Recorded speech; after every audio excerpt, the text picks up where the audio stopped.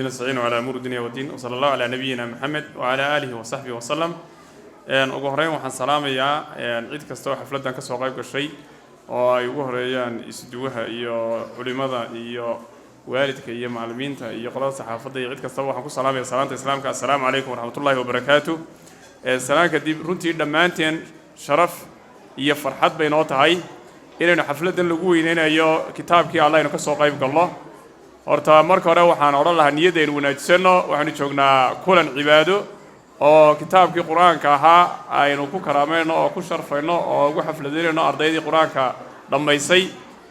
taas waa niyada inaynu hagaajisano. laba waxaan u hambalyeeynaa ardaydaas maanta halkan loogu xafladeynayo oo midha waxa la sheego in qoladii quraanka dhameysay sagaalka arday baa ugu horeeya hortay quraanka dhameeyay laba ka mid ah halkan la soo istaajiyay ardaygii inoogu furfuray iyo ardayadii ka dambeysay quraanka inoo akhriyay. waxa kale oo iyaguna jira arday fasala oo higaada iyaguna dhameeyay oo iyaguna xafladda qayb ka ah iyagana la dhiiri gelinayo oo ila waxbarashadu waa iska maraaxile marxaladii koobaad iyaguna waxa weeyaan aynu uga xafladeynayno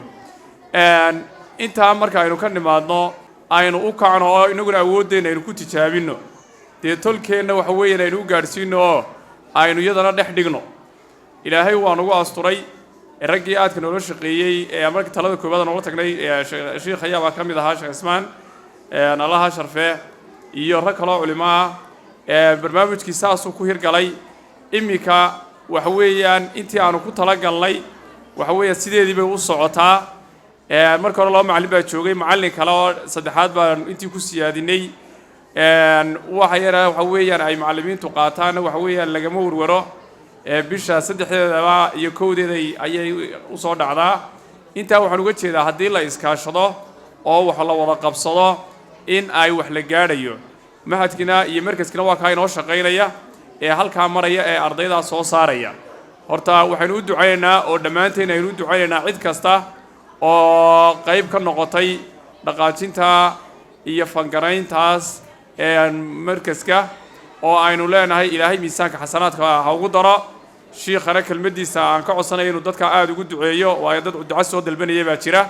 inuu ducadana insha Allah sheekhuna uu ugu duceeyo hadalka ku daro idinkuna ka waalid ahaan iyo arday ahaan iyo cid kasta dadkaas qof kastaba waxa weeyaan in ilaahay ifi aakhiraba uu ku barakeeyo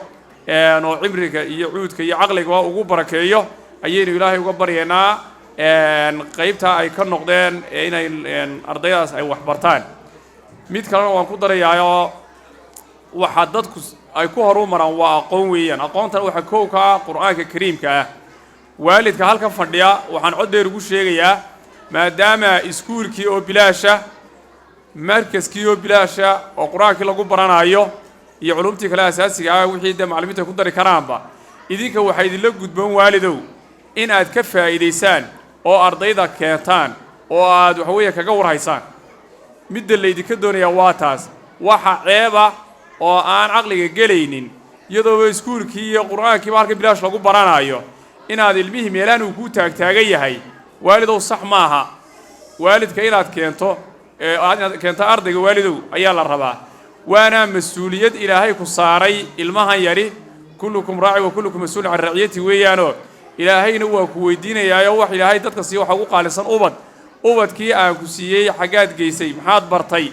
ayaa ku hortaala jawaabta inaad diyaarsataa aad iyo aad bay muhiim u tahay. teeda kale maanta qofku markuu yar yahay hadaan la qaban oo wax la barin beritoole waxa ka soo baxaya de waxa la mahadin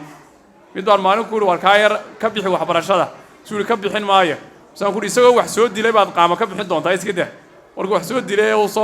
wax soo qaribo ayaad ku qasbanaan doontaa. marka waxa qofku hadaan la dhisin oo diin iyo akhlaaq iyo aqoon lagu barbaarin hadhow toolada wada khaldan buu maraa wax weeyaan taasina waa wax weeyaan cod dheer binu ku sheegaynaa. sidoo kale dee reer aqli yare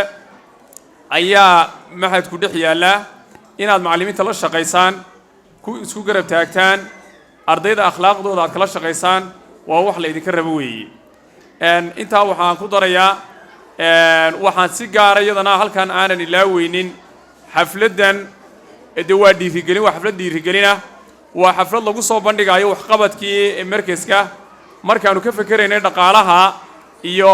kharashka hoteelka iyo xafladan waxa aanu la xiriirnay wasiirkeena wasiir Xasan Macallin ee wasiirka ayaa kharashkaas oo dhameystiran soo bixiyay isagana waan u duceynaynaa in Ilaahay waxa weeyaan uu xilka ku asturo ubadiyo iyo awlaadana ugu barakeeyo ayaan isagana u duceynaynaa aad iyo aad baad u mahadsantihiin wajazaakumullahu wa salaamu alaykum.